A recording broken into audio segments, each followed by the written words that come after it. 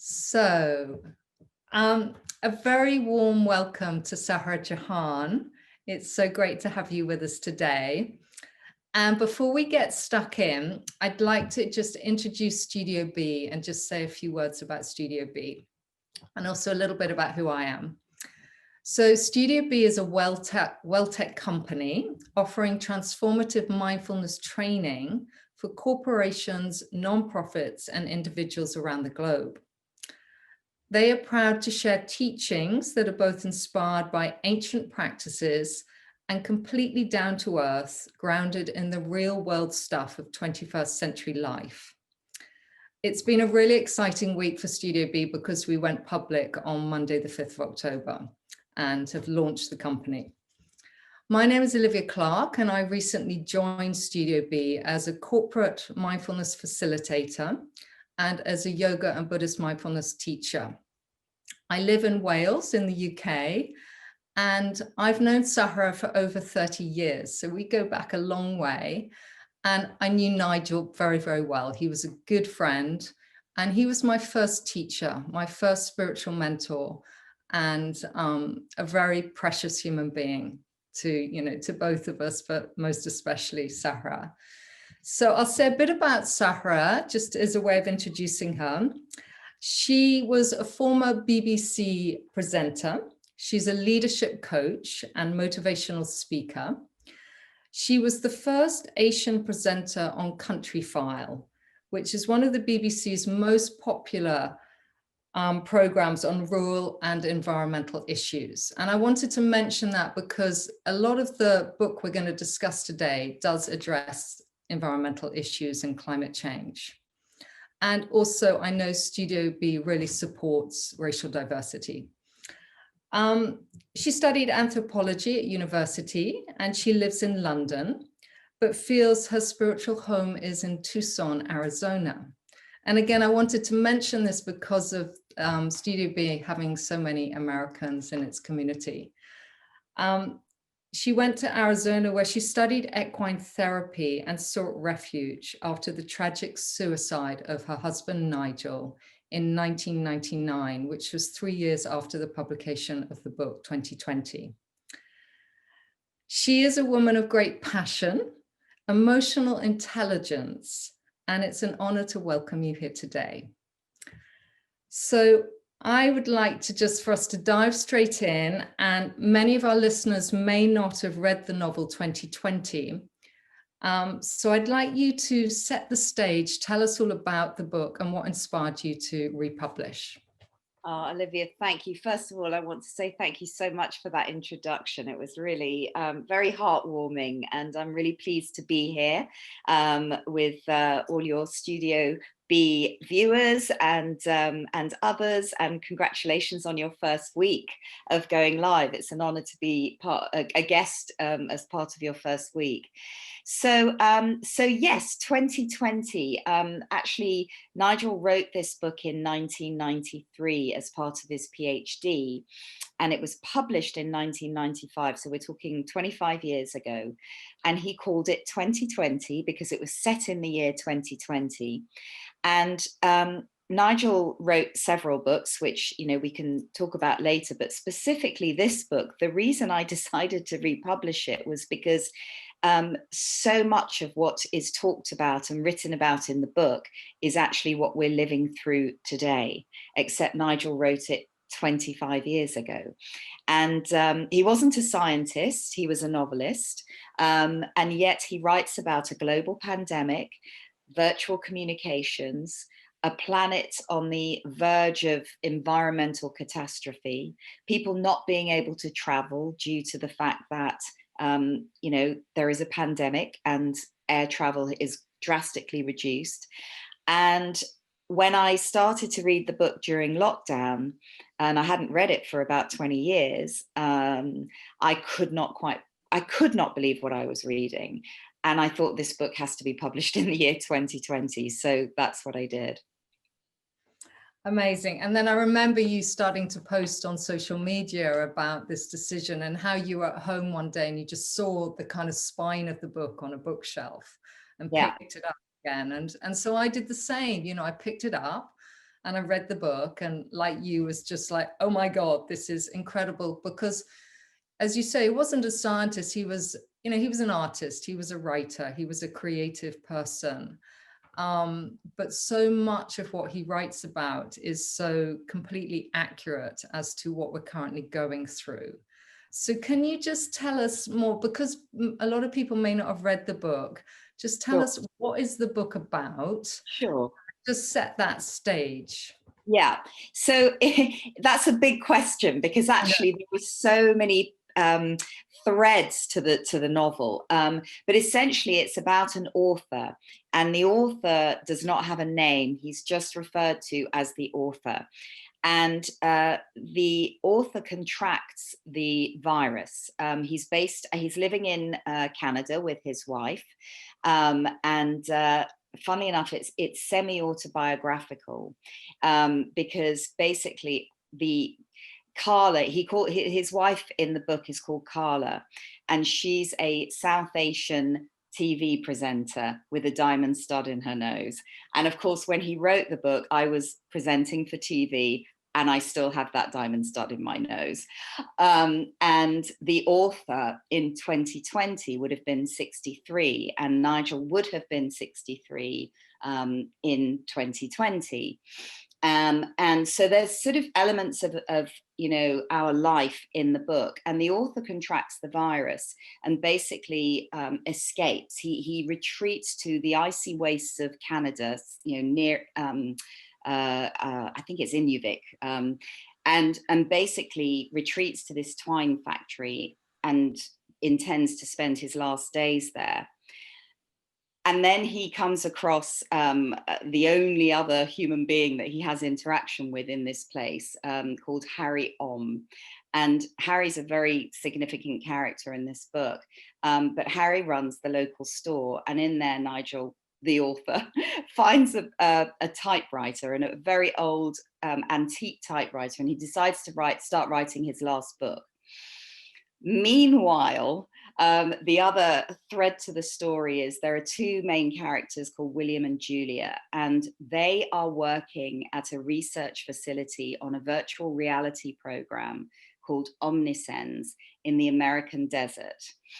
And William and Julia, and I don't want to give too much away, because I really want to encourage people to read the book, but William and Julia discover that their lives have been written about by this author in previous books.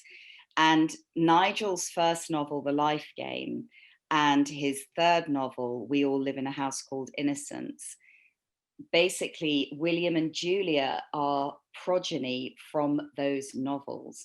And so then their quest is to find this author. And actually they discover things about Omniscience, and then they think something weird's going on here. And so they're basically looking for their creator. You know, it's like created looking for their creator. And so you could elevate that and say, well, it's a sci-fi road trip, you know, adventure, or it's a story of actually us finding our true essence and our true identity. I won't sort of say what happens in the end.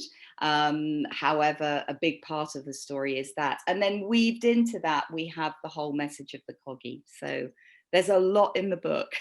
Yes, so great. So thank you for just kind of setting the stage. What inspired Nigel to write this book? You know, could you tell us, because right in the acknowledgements of this book, almost at the start of the book, he talks a lot about the Coggy and the Tairona Heritage Trust, which I'd never heard of before until I read the book. So can you say something about what was the inspiration behind writing this book?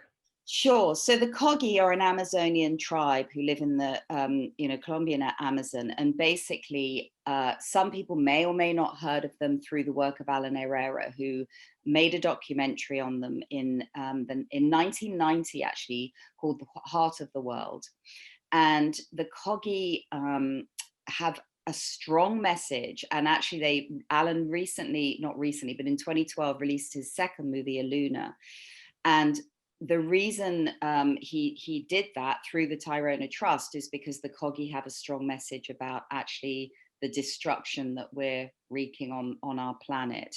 And we can talk a bit more perhaps about the Corgi, but you're asking me what inspired Nigel to write the book.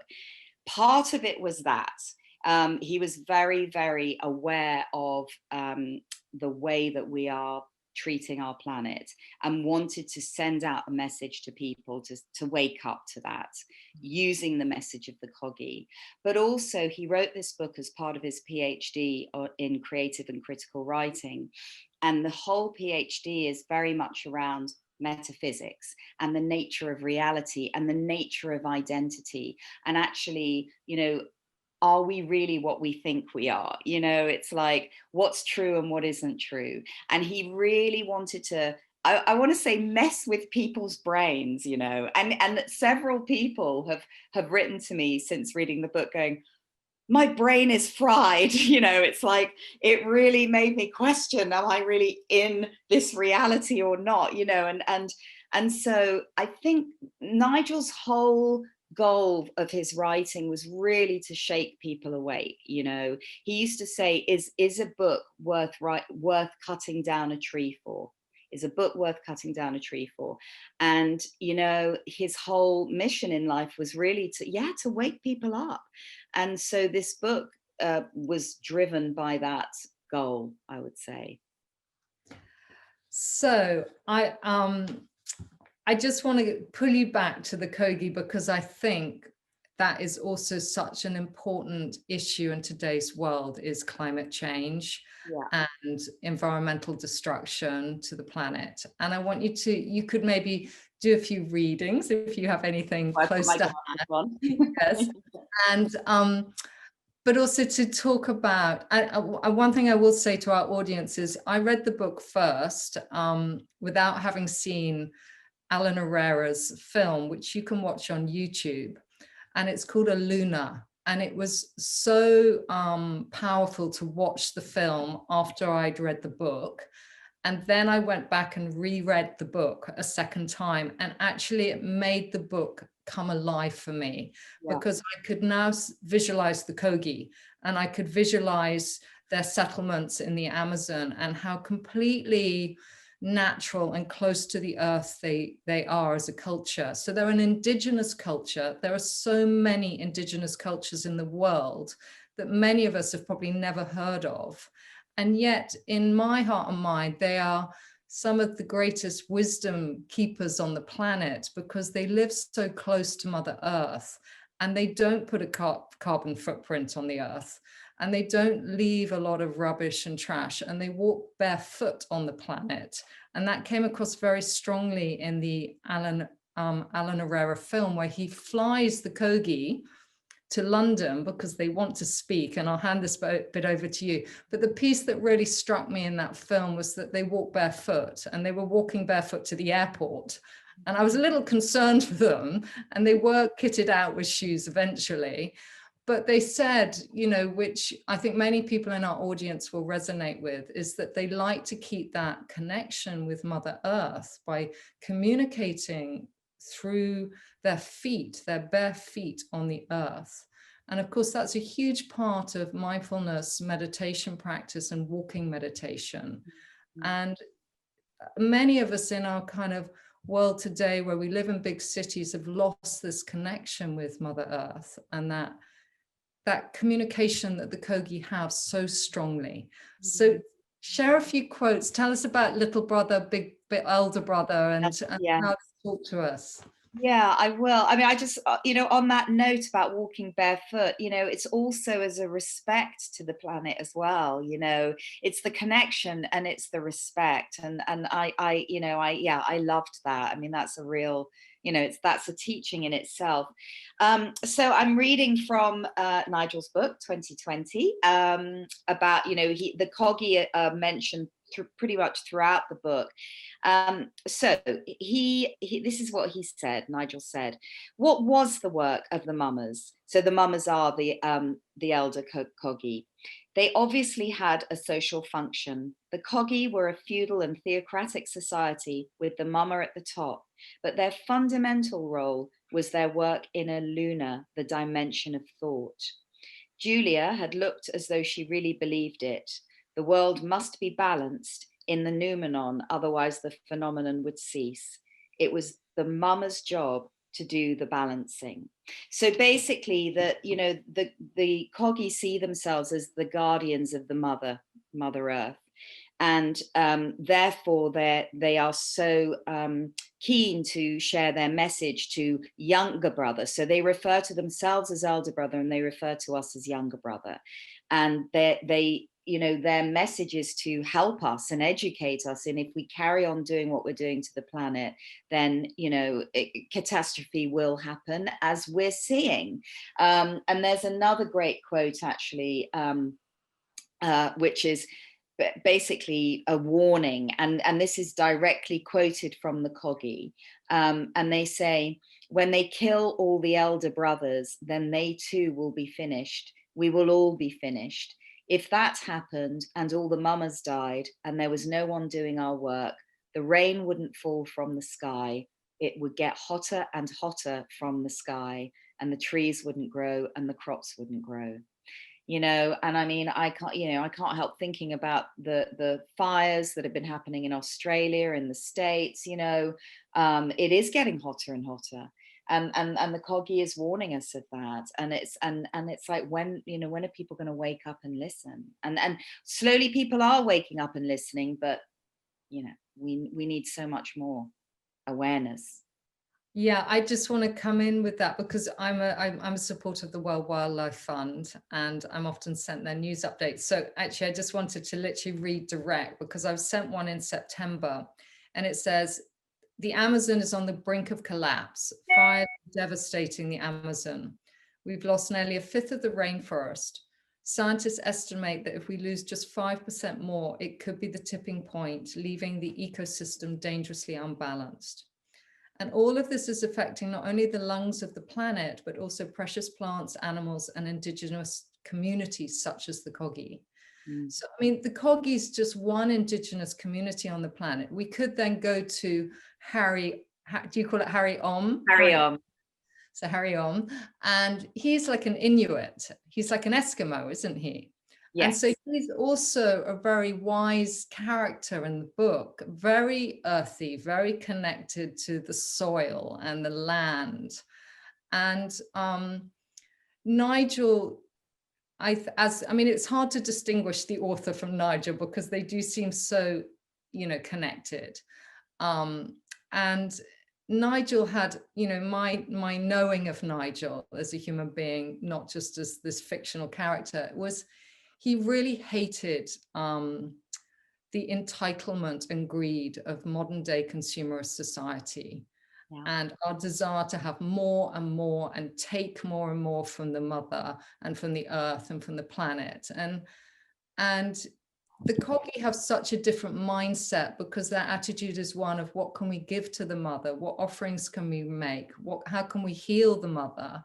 As opposed to more our Western capitalist mindset, which is one of, what can we take? And so he talks about the gold mines and how we just kind of rape the earth basically and take as much as we can.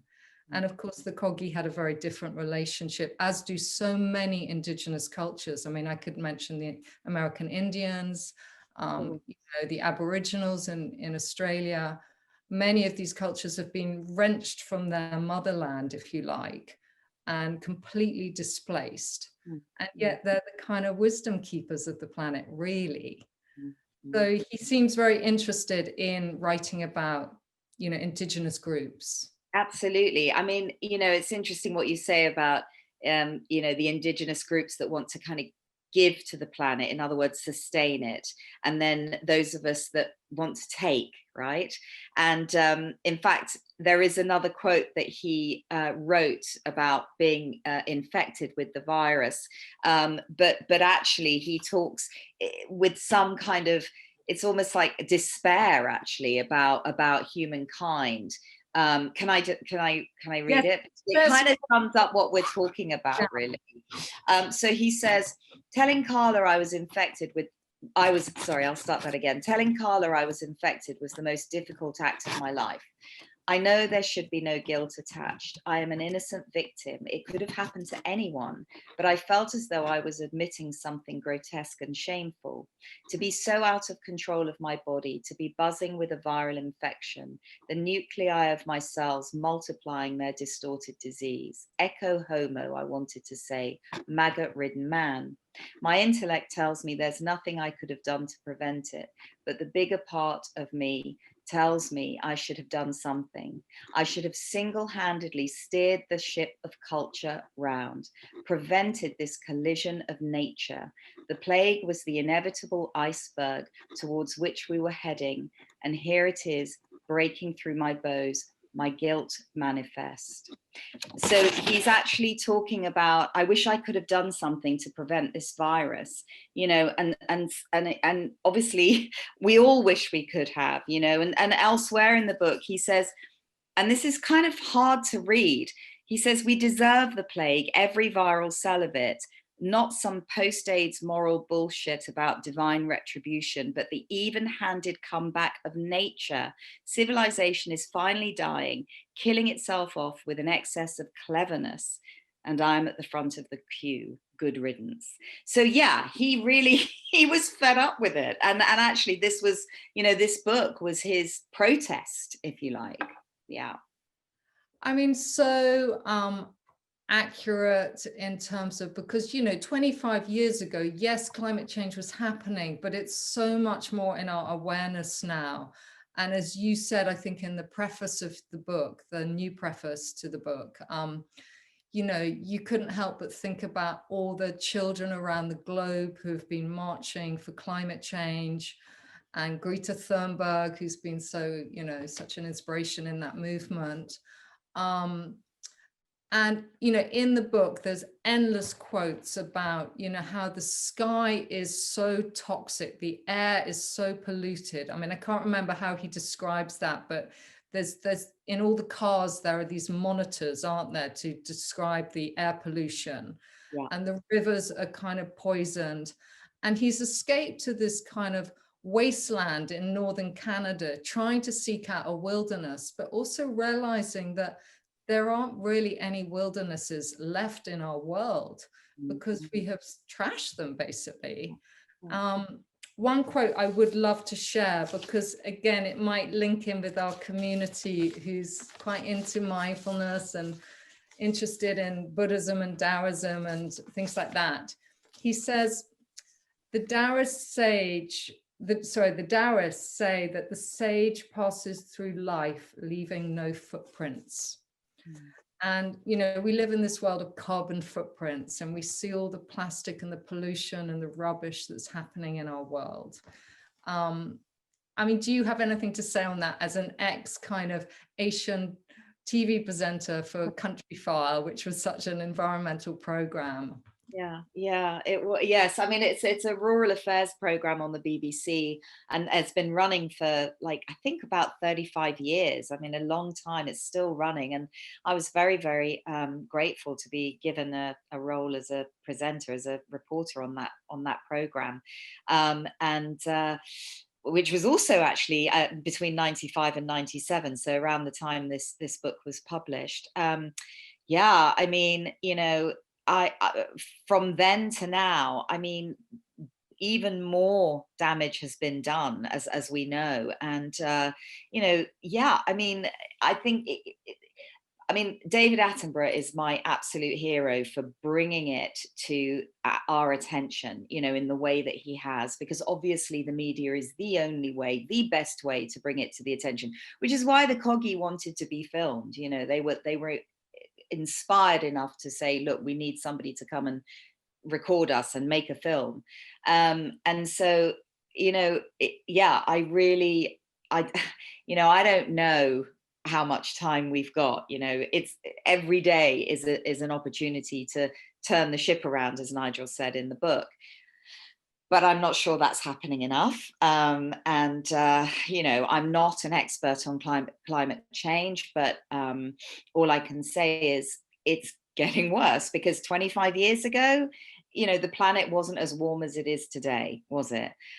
We didn't have as much plastic in our atmosphere. And in fact, I was reading an article today that there's a research institute that has just managed to create a tire guard around car tires, because apparently when car tires sort of break, little particles of the tire get released into the atmosphere, which is sort of contributing rubber, plastic, etc.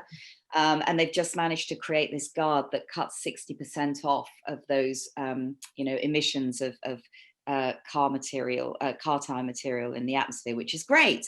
So of course things are being done, but are we doing it enough, and are we doing it fast enough? I don't know. Very interesting in the book, you talk about there are so many references, and the weirdest thing for me about this whole thing is how he knew with such accuracy things like masks becoming a fashion accessory. Can you read the quote about the mask? Is that hard? Yeah, sure I can. Yeah, it's such an interesting one, actually. He says, though the air monitors on the poles were silent, there were few people on the streets, and most of those were wearing masks. 3 months out of circulation, and William noticed the difference. Had things really gotten so bad? Necessity was apparently becoming a virtue. Face masks becoming increasingly fashionable. Animal shapes, fluorescent patterns, tiny gold and black face pads. Some people wore full helmets, as they do, antennae rising from their ears like comic book Martians. I mean, how did he know that? And then they really are out there in society now. They really are. Yeah, it's our new fashion accessory. It's like, of course, and going back to the climate change protests of 2019, sparked by Greta Thunberg, when all the children, many children globally went on sort of protest strike from school. Well, Nigel wrote about that too. He said, our generation knew our cleverness would be our undoing, but we thought the end would come quickly, apocalyptically. We were wrong. It was our children born into the 21st century who could truly see it was not a bullet to our heads that would kill us, but the seeping of poison into our bloodstreams. It is too late now. We have almost killed the mother, just as the coggy foresaw. We are killing her with our ignorance and ugliness, just as we killed the coggy. Now, I must just say, in his book, the coggy are extinct. In reality, they're not, thank goodness. They're still here, kind of warning us. Yes, so I would definitely encourage people in our audience to watch Alan Herrera's film on the coggy. It's called A Luna, and you can see it on YouTube. And then to maybe read the book as well, to do both. I think they go so well together, to watch Luna and then read the book. I mean, or maybe read the book first and then watch the film. But for me personally, watching the film Luna really brought the virtual reality holidays in the book that he takes people on. I could now visualize and see the coggy settlements in the Amazon. Do you want to say a little bit about the virtual reality holidays in the book? Because people can't travel, which we can't do so much nowadays, and just give people a sense of that. Yeah. So William, one of the characters in the book, is a virtual reality test pilot. And Julia is a British anthropologist who flies over to the States, which she finds totally bizarre because there's not a lot of flying backwards and forwards. And so what she says is, obviously, they were really keen to have her there for some particular reason. And we find out what that reason is further into the book. So William and Julia are working on this virtual reality program for Omnisens, which is the kind of master, the site, the headquarters of this facility. And the program is called Maya. you know, so obviously Maya, illusion, virtual reality. They, in the book, he calls this sort of real reality, if you like, consensus reality, CR, as opposed to VR, which is the virtual reality program. And the virtual reality program is essentially a tourism destination virtual holiday into the Kogi habitats. So they're designing the whole kind of Kogi, you know, the Kogi mamas, the Kogi homes, the habitat, all virtually. And William takes several trips in and out of that virtual reality program because he has to test it.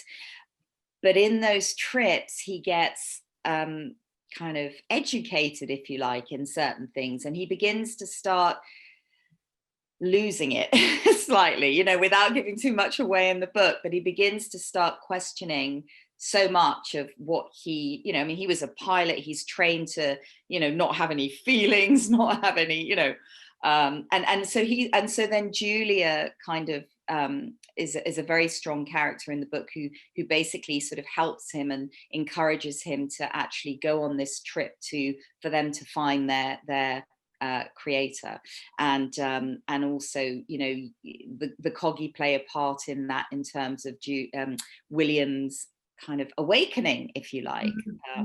So yeah.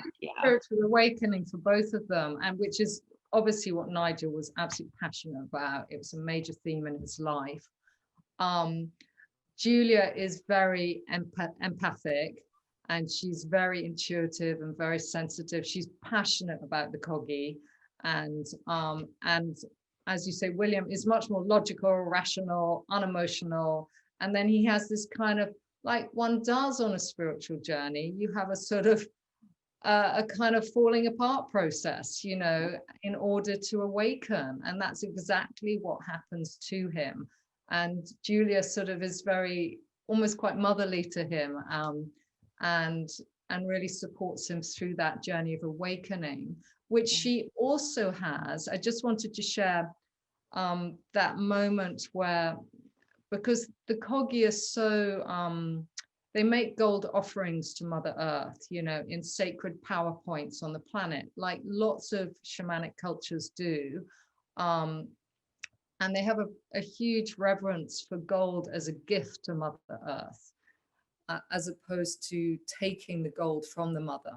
And there's a scene at the end of the book where they visit a gold quarry, where obviously, you know, the earth has really been dug up.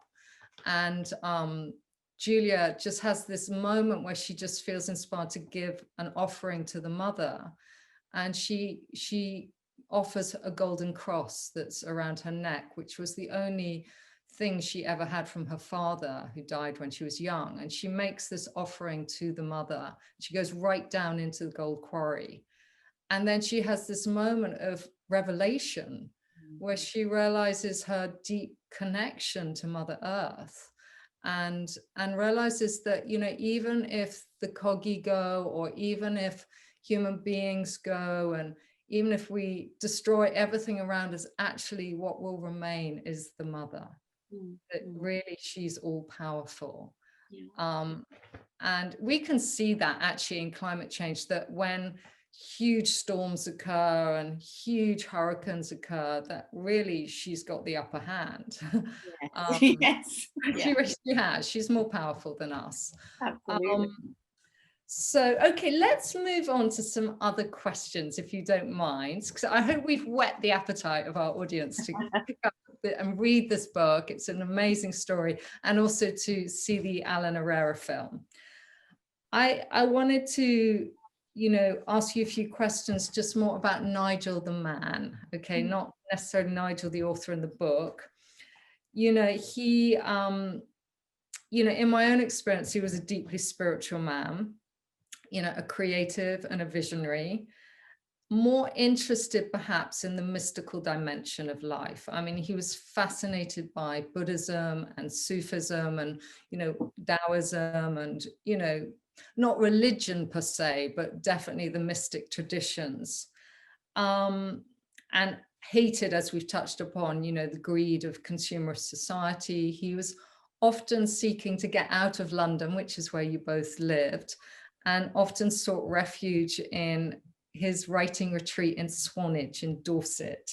So I was thinking, I'd love you to say a little bit more about his time in Swanage, and also how he fell in love with the wide open space of America and Canada when you traveled there together. That made a big impact on him, I seem to remember.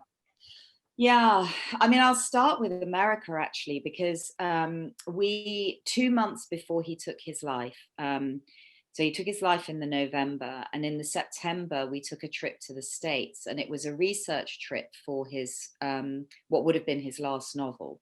And basically he wanted to set that last novel in mainly the Southwest of the United States. So we did the four corners of Arizona, New Mexico, California, and Nevada. And it was an amazing trip because, of course, you know, the land there, the landscapes, the national parks are beyond belief, really. And I remember we were there for a month, and then we had arranged to spend some time with friends in who lived just out in the Bay Area of San Francisco, right at the end of the trip. And just there were sort of two things I remember much from that trip, but the two really sort of poignant moments that stood out for me was we were camping in the Death Valley for a couple of nights. And I remember like waking up at dawn because he wanted to go for a walk into the Death Valley, you know, just at dawn when it was a little bit cooler. And I was really lazy. As you know, I'm very lazy. I don't like to wake up early in the morning. So I kind of like was, he was kind of zipping the tent, and I was like, oh, you go. But when he zipped the tent, I noticed the light was just so beautiful. And I thought, actually, I'm going to stay in the tent. I'm not going to get up, but I will look outside. And he began to walk into this white expanse. I mean, it was literally like white expanse. There was nothing other than this white. And I always remember that because he had this yearning to he just sought unity. He had a yearning to connect with God, let's say, for want of a better word, you know, like higher power. You don't have to be religious, you know, it could be nature, love, whatever it is. But he never felt satisfied that he could get that on, you know, in his body on this planet. And when I saw that image of him walking into that white of Death Valley, interesting, it's called Death Valley as well, that just occurred to me. Mm-hmm. I was really struck by that, particularly when he did die. And I remembered that. And I thought, wow, you know, that's kind of what he was walking towards something, you know, he wasn't just walking away in his suicide, he was walking towards something. That's what I believe. Mm. It's what I choose to believe. It's what I think, you know, part of it is. And so, yeah. And then the other thing that I remember is when we were due to spend time with these friends in just in the Bay Area of San Francisco, he was really itchy twitchy. Like he did not want, as we were driving into the city from being in the vast expanses of these amazing national parks, he just didn't, he's like, I don't want to go back. I don't want to go back. You know, I don't want to go into the craziness of the world again. And so, you know, I think and you knew him. I mean, he really, yeah, he yearned a spiritual life, you know, and unfortunately couldn't see his way to that in this world and in this body. And, you know, he did take his life. And I think part of it was, you know, of course, mental health issues. He wasn't diagnosed in, you know, 25 years ago, it wasn't that easy to get a diagnosis or even talk about it as much as it is today. But even today, it's still, you know, suicide is still the biggest cause of death in males, I think between the ages of 29 and 49, something like that. I don't know the exact statistics. And still, you know, people find it hard to talk, but it's easier to talk than it used to be about these things. So, yeah. Yeah. I mean, I think I do remember him taking his life, and it did come totally out of the blue. I mean, I think for you too. Yeah. Oh, Am I right yes. in thinking that? Of course, of course. Because we all look to Nigel. I know he was your husband, but for many of his inner circle of close friends that we, the people we spent time with, we very much looked to him as our teacher and our guide. Yes, he was our friend, but he was a big mentor as well. He was Byron-esque, wasn't he? I mean, describe what he looked like. He was a beautiful man. He was so handsome and colorful, and he had that Byron-esque quality about him, didn't he? And very charismatic. Yeah. And I think he struggled to stay in his body and on this planet and on this earth, but he was my first mentor, and actually his death was a gift, the gift of his death, because I, like Nigel, struggled to be in my body for many, many years, as you know. And when he took his life, he said, "I'm not this body, I'm pure spirit." And something in me went, no. It was the first time I disagreed with Nigel, because I held him in such awe and reverence. And something in me went, no, I know I'm not this body indefinitely. Yes, there's, spirit beyond this body. But for me, his death was a chance for me to embrace the preciousness of life. And that's a big part of Buddhism and spiritual teaching, is that life is really precious. And I think, he always seemed to have one foot in this planet Earth and one foot in the mystical dimension. And I think you, as his wife, very much grounded him for as long as you could in this earthy realm. I know you've been on a huge journey yourself. I mean, it's been a massive process for you. And I know you've lent into so many different systems of support along the way. But I wanted you to share something about your time in Tucson, Arizona, because again, we have quite a big American audience. I know you think of it as your spiritual home. And I wanted to know, what is it you love about Tucson? And could you tell us a little bit about the equine therapy and the time you spent with the horses there? Oh, sure. Yeah. I mean, so the weirdest thing on that trip that we took together in 2 months before Nigel died, we actually drove through Tucson, but we didn't stop. And I remember driving through, down this freeway, this highway, going, "Oh, right, this is Tucson, right? Okay, whatever." Not really interested. We didn't stop. And then I think it was about 5 years after he died, I went on a second road trip with a girlfriend of mine, and we did the Four Corners again. And so we kind of repeated that journey, and we ended up doing this kind of retreat in Tucson, in Arizona. And it was a retreat for women, and it just basically covered all sorts of things, from art therapy to drama therapy, to just kind of like sharing and doing all sorts of great stuff. And one of the things that we did was something called equine therapy, which is basically using horses in a therapeutic way. So there is a human therapist, obviously, a facilitator, if you like, but the horses do all the work. And I had not heard of equine therapy before. I mean, I love horses, and I used to ride when I was a child. But I went to do this equine therapy session on this ranch in Tucson, Arizona. We went for a whole day, and I was absolutely blown away by the power of this therapy. I could not believe it. I mean, basically, horses are very in the present, and they reflect back to you how you are. So if you're inauthentic in any way, for example, if you're really fearful but you try to hide it, they pick up on that, and they won't necessarily connect with you. If you're very needy and you want their attention, like I was, come on, it's like I was trying to groom this horse that I matched up with, and she kept kind of moving her head away from me, and I was kind of like, come on, like, show me some attention, be nice, do this, do that. And she wasn't having any of it. And in the end, you know, I felt so hurt by the rejection of this horse. I burst into tears. And the facilitator said, well, what's going on? And I said, well, this is just typical. Every time I try to show somebody attention, they just turn away, or they just reject me, you know. And basically I was sobbing. And as I was sobbing and really feeling my feelings authentically, the horse just came right face to face, and she pushed her little nose on mine and just started breathing with me. And I Oh, could not believe it. I couldn't believe it.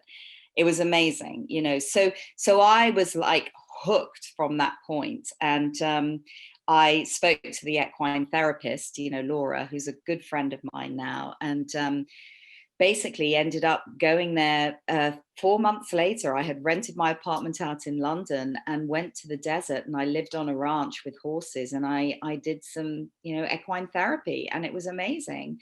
And a big part of that trip was all about actually healing. I didn't realize it at the time, but I knew that that desert, you know, really helped in my healing of my grief, which I couldn't easily do when I was in England, because I was in the same area as we had lived. And it was much harder because everywhere I went was a reminder of him. But with the desert was so different to London. So you can imagine the Southwest Desert. And I've gone back there pretty much every year since. And this is the first year due to COVID that it doesn't look like I'm going to make it there. And in about sort of 10, 12 years. And I miss it, you know, I miss it. Yeah. I totally connect to everything you say about horses, because I now have 2 horses. So I they have know you do. very intuitive, you know, their sixth sense is really heightened. And yes, they read us like a book, and they mirror us back all of our feelings. So I also, I think one of your friends described you, I think one of your American friends described you as more American than her. She lives in London, I think, and Correct. both live Yeah. in London. And Nigel used to say to you that he was more Indian than you were, because he Yeah. really connected to India, didn't he? And it Yeah. kind of brings us back to this whole notion of identity and who we are and the nature of reality. And you know, we can be born into a cultural identity and all the conditioning of that, but actually we can live beyond that as well. And the freedom of, you know, your connection to America and to Tucson in particular, and Nigel, who was very English, and his deep connection with India. And actually, we're going to open it out to questions really soon, but I just wanted to ask one more question, which will be interesting, I think, to our audience, because they're into things like meditation and spiritual practice.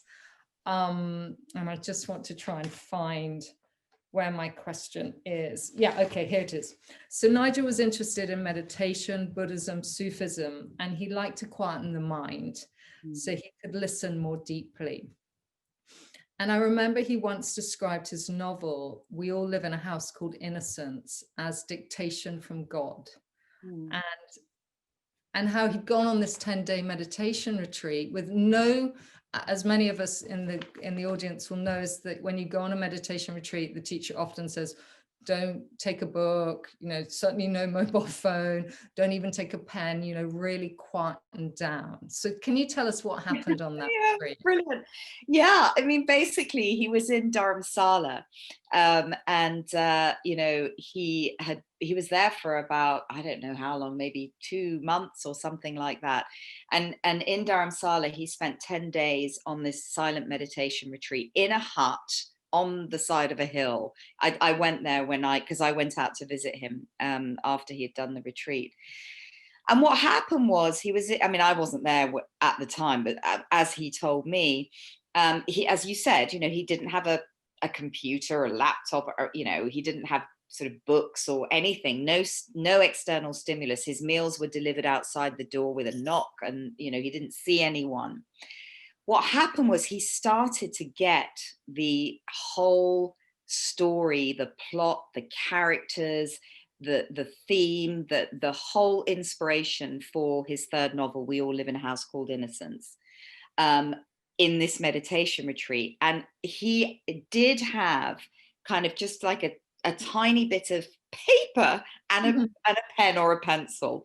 I can't remember which, because Nigel wouldn't go anywhere without a writing instrument of some sort. He needed that pen or pencil. And so what he did was he literally cut up this small piece of paper into sort of little bits so that he could just write really, really small all the information that he was receiving through being on retreat for this book. And so when he finally managed to kind of get home and get this, get it onto the computer, I mean, it was all literally sort of, 1 inch by 1 inch little square bits of paper with kind of scribblings of story and plot and character and this, that, and the other, and just this sort of pile of what looked like torn up paper, which it was, but it had the sort of germ of his third novel. So yeah, he channeled a whole novel through being on meditation retreat, which is amazing. Which is incredible if you think about it. To quieten the mind, the power of quietening the mind can really lead to spiritual insight, maybe spiritual visioning, and maybe that helped him to envisage, 25 years later, the book 2020, and what might happen when he wrote it. So I want to just start to wind up so that we can open up to any questions in our audience. I think, as you said in the book, the Kogi are dead now. I mean, are dead in the book, but they're very much alive in real life. And I do want to recommend that people check out the Tairona Trust and the film by Alan Herrera, because I think it was hugely inspiring for Nigel to write the book. And I think, we're now living in this world of COVID, and there's a lot of fear and uncertainty, and there's still a lot of climate change issues, but it'd be lovely to feel that we could end this talk on a message of hope, if you like, about how we can make a difference in the world, because there are so many people really wanting to make a difference in the world. Can you say something on that? Yeah, actually, yeah, I can totally say something about that. It's not going to be me, though. I'm going to again quote my late husband, who wrote in his PhD about the importance of connection, and actually that we're not separate from the planet, that we are indeed a part of it. And I had it here a second ago, but here it is. I know the quote, and it's wonderful. This is from Nigel's PhD, and he says, "I believe the consequences are clear enough. Consider yourself a bag of bones, separate from your environment, and you will have the moral immunity to treat the world and its contents as things." And then he goes on to talk about, but consider yourself like a leaf from a tree, that you will understand that you are connected to everyone and everything. And that actually, when we have that respect and awareness that we are connected, then we automatically have respect for, each other, for our planet. And we can do that. There is nothing but our minds that stop us from connection and unity. We think we're separate from each other and from nature. We are so not. Look at what, the planet's sick, we're getting sick. That is the biggest lesson for me. So connect. That's my message. Yes, which is what I think T.S. Eliot told us to do. So I just want to open up and ask Paula, because I haven't been checking the group chats.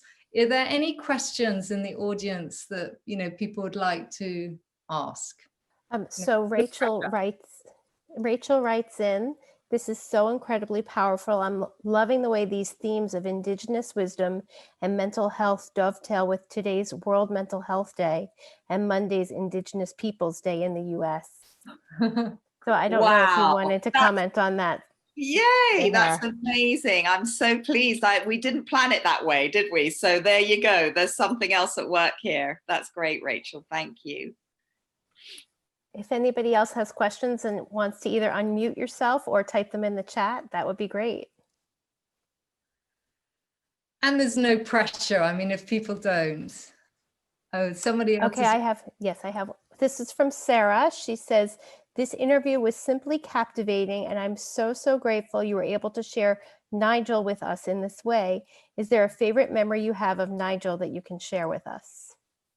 Wow, a favorite memory. Do you know, yeah, actually, the one that immediately sprang to mind, and thank you for saying that, Sarah. The one that immediately springs to mind is one I remembered yesterday, funnily enough, was the way he used to laugh. So it wasn't actually what he was doing, but it was more about him. And he used to have this really amazing laugh that he would start laughing and then he'd get like slightly hysterical and then he'd start to kind of cry. It was like he didn't know whether to laugh or cry, and all these feelings would sort of like bubble up in him. And it was such a beautiful picture because he'd sit there going like, I don't know whether to laugh or cry, and he would do that. And I just loved that about him. There are so many memories. You know, he was a great dancer. He was a little bit crazy at times. You know, he made me laugh a lot. But yeah, that's a beautiful question, Sarah. Thank you. I have a question. This is Paula. I'm wondering if Nigel, and forgive me if this is too out there for people, but connects to you from beyond with feathers or dimes or notes or... I have an amazing story about that. I really, yeah, he does. And yes, absolutely. I mean, he was behind this without a shadow of a doubt. He helped me because I had to write I wrote the forward for it and I was completely lost as to what to write. And I tuned into him and then it just all kind of came out. And that's been my experience for many years. When I need him to help me with something, I just ask him and things just happen. But the weirdest thing, and I'll be quick because I know we don't have a lot of time, is that when we got married, we never got engaged. We got married. And I always used to say to him, oh, I wish we could have got engaged so you could have got me this is how kind of petty I am, a diamond ring from Tiffany & Co. Because Tiffany & Co. is like my favorite jeweler. Anyway, so it never happened. I mean, I did get a little diamond ring, but it wasn't from Tiffany, and it was lovely, but it wasn't from Tiffany. Anyway, fast forward about 2 months ago, I would say. So this is like, 20 years since his death. And I'm at his graveside and I'm talking to him about the book, and I just want him to help me, and I hope he's pleased with it, and blah blah blah. And I'm having this conversation at his graveside, and something catches my eye in the earth, and I'm like, it's glinting at me, and I'm like, what is that? And I bend down and I pull this thing out of the earth, and this thing is what I'm wearing right now. And it is a silver ring. Oh. And I actually I never liked gold. It's silver. And it's a Tiffany ring. No. Yeah, yes, it's a Tiffany & Co. ring. You can't see it, but it's engraved there. T&Co. And I could not believe it. I mean, what can you say, right? He gave me it's not a diamond, Nigel, but it's good enough. It's good enough for me. So I wear it for special occasions. And it just was right by the head of his grave, right by the head. I mean, what can you say? That's amazing. I'm glad you asked that question. And I'm glad you're wearing the ring. There's so much gratitude in the chats. Christine writes, I'm so moved. I truly understand that sense of walking towards something and having one foot in this world and one foot elsewhere. I felt this since childhood. I truly resonated with the Death Valley story. It will stay with me. Thank you. Bjarni writes, thank you so much for your beautiful message. Looking forward to going in deep into this book and the Kogi. And I put in the chat, Kogi is spelled Koge, if people want to It's Kogi. Yes. Oh, excuse me. Kogi. Yes. Yes, KOGI is what I put in the chat. So if people are looking for more information about them. And the film Aluna, you might want to put in the chat. It's called Yeah, Aluna. I can put that in right now. It's really worth watching, and it just will really help bring the book alive, I think, as well. It's just such an important piece, I think, in the book. Yes, and I'm also putting, the book's title 2020 in the words as opposed to the numbers, and it's available on Amazon. Yes, I was just going to say, let's finish with that. Where can people buy the book? And so you've said it, Amazon is the best place to go. Amazon US, Amazon UK, Amazon globally. There are two versions. The earlier edition, obviously, in 1995. You don't want that. It's really expensive. This is the one, 2020. You can get it on Kindle or paperback. And it's 2020, The Words by Nigel Watts. And I really hope that you enjoy it. And thank you.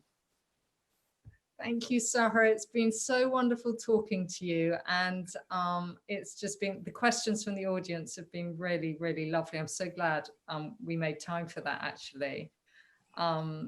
They've been really intimate questions, as I know they would be from this kind of crowd of people.